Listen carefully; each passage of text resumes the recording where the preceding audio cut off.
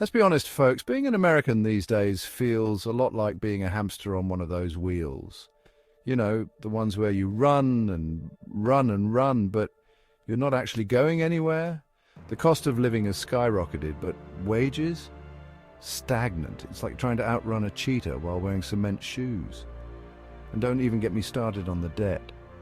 Student loans, credit card bills, mortgages. It's like we're all contestants on a never-ending game show called Who Can Accumulate the Most Debt. Except the prize isn't a tropical vacation or a new car, it's just more debt and a constant sense of dread.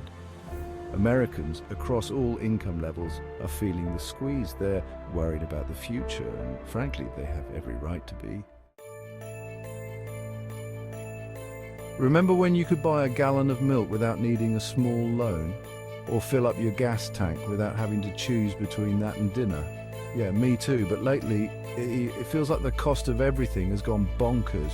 Groceries are through the roof, housing costs are enough to give you a nosebleed, and don't even get me started on healthcare. Meanwhile, wages have barely budged.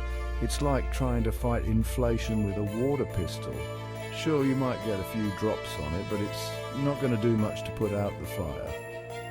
And that's the problem, isn't it? We're stuck in this vicious cycle where the cost of living keeps going up, but our paychecks aren't keeping pace. This isn't just about avocado toast and lattes, folks. This is about basic necessities.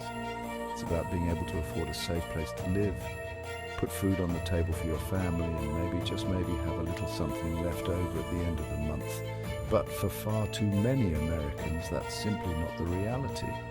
They're working longer hours, taking on multiple jobs, and still struggling to make ends meet, and that's not just unsustainable, it's downright un-American. Let's talk about debt, baby. It's the elephant in the room, the monster under the bed, the credit card statement you try to hide from your significant other. It's everywhere, and it's suffocating us. We live in a society that encourages us to spend money we don't have. From the moment we're old enough to understand what a commercial is, we're bombarded with messages telling us that happiness can be bought. And how do we buy all this happiness?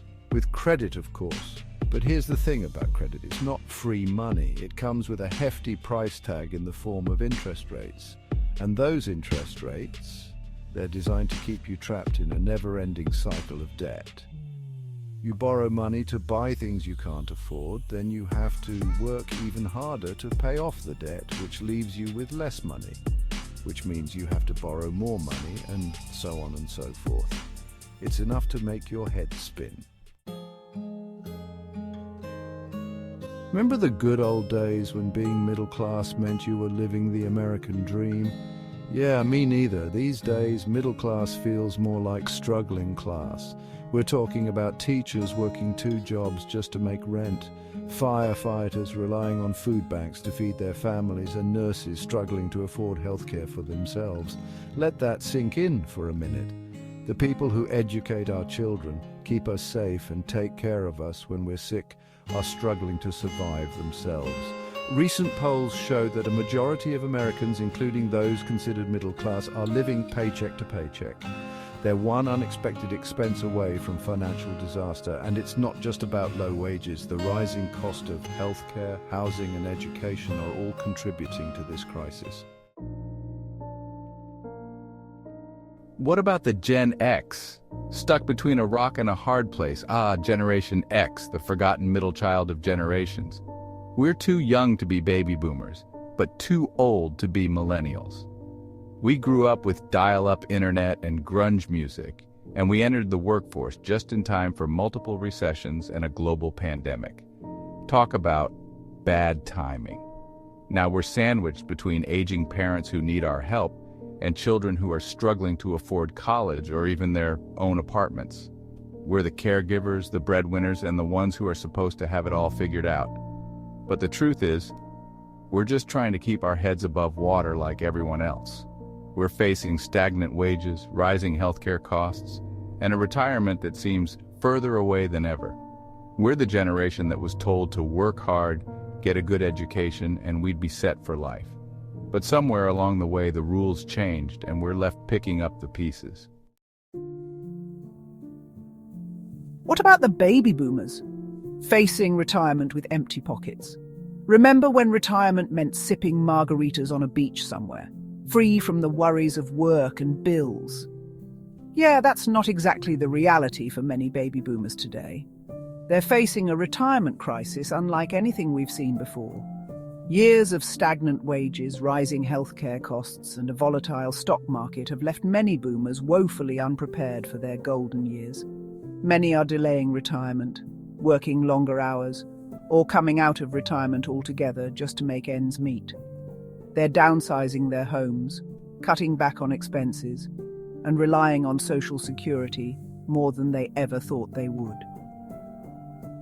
The American dream of a comfortable retirement is slipping away for many boomers, and that's a tragedy. These are the folks who built this country, fought in our wars, and raised families. They deserve to enjoy their golden years without the stress of financial insecurity. The energy crisis heating your home or feeding your family. Remember when you could fill up your gas tank without having to take out a second mortgage? Pepperidge Farm remembers. The energy crisis is hitting Americans hard, and I'm not just talking about the price at the pump. Heating your home has become a luxury many can't afford, and the cost of electricity is enough to make you want to live in the dark. Families are being forced to choose between heating their homes and putting food on the table. Seniors are rationing their medications because they can't afford both their prescriptions and their heating bills, and working families are spending hours each day commuting to jobs that barely cover their expenses. This energy crisis isn't just an inconvenience, it's a full-blown disaster. It's pushing families further into debt, increasing inequality, and putting a strain on our already fragile economy.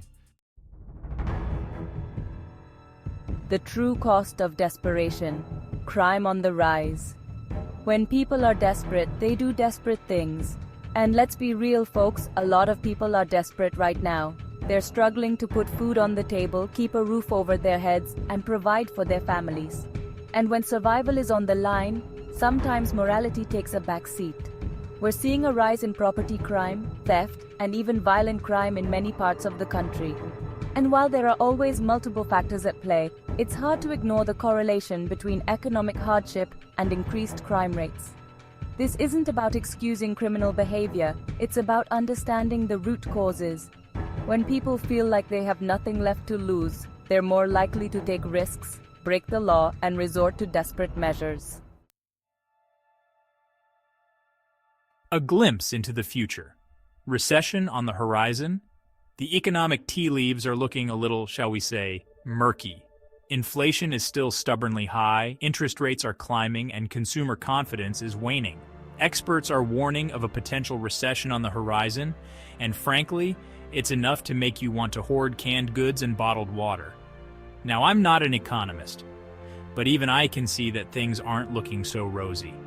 We're facing a perfect storm of economic challenges, and it's unclear how we're going to weather it. A recession would be devastating for millions of Americans. It would mean job losses, business closures, and increased financial hardship. It would be a major setback for our economy and could have long-lasting consequences. A nation on edge, the social consequences of economic despair. When people are struggling financially, it doesn't just impact their wallets, it impacts their mental health, their relationships, and their overall well-being. We're a nation on edge, and the stress of economic insecurity is taking its toll. We're seeing an increase in anxiety and depression rates. Families are breaking down under the strain of financial stress, and communities are becoming increasingly divided. Economic despair can lead to social unrest, political instability, and a decline in overall well-being. It's a vicious cycle that's difficult to break free from. A call for action. So, here we are, folks, staring down the barrel of an economic crisis. The cost of living is soaring, wages are stagnant, and debt is piling up. Americans are struggling to make ends meet, and the situation is getting dire. But it's not all doom and gloom. We can fix this, but it's going to require a collective effort. We need our leaders to enact policies that address income inequality, make healthcare and education more affordable, and provide a safety net for those who are struggling. We need to demand better from our elected officials, hold corporations accountable, and support organizations that are working to create a more just and equitable society. The American dream is slipping away for far too many people. It's time to fight for it. Thank you for watching, and please subscribe to this channel to help others awake and be informed of the reality we're living in.